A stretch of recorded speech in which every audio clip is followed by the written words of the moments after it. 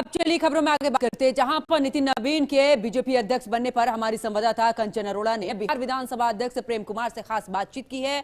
प्रेम कुमार ने कहा कि यह बिहार के लिए गर्व की बात है। क्या कुछ उनका कहना रहा, सुनिए।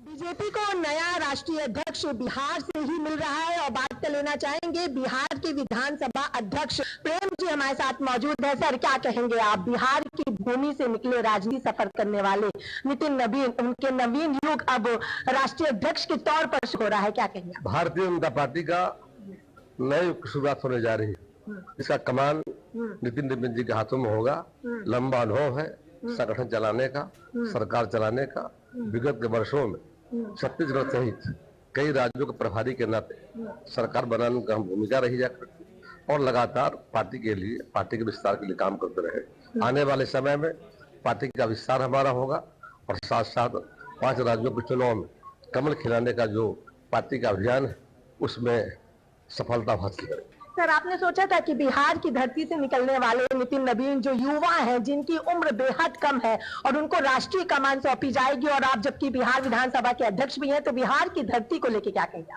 उम्र कम जरूर है, हाँ, अनुभव ज्यादा है, हाँ, और पार्टी ने अनुभव के आधार पर और पार्टी आने वाले समय में युवा पीढ़ियों को प्रेरणा देने उनके हाथों में पार्टी का कमान दिया है।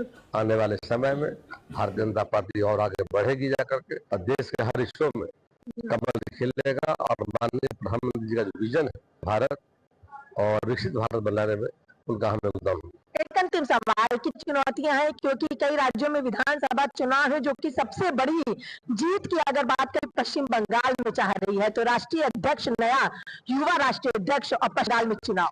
बिल्कुल, हम लोगों ने कहा था बिहार तो झांकी है जी, अब बंगाल की बारी है। हाँ, अब नितिन नवीन जी के हाथों में कमान आया है। हाँ, नितिन जी अकेले नहीं है, लाखों कार्यकर्ता, करोड़ जनता के समर्थन से कमल खिलेगा और दंगल राज वहां से खत्म होगा।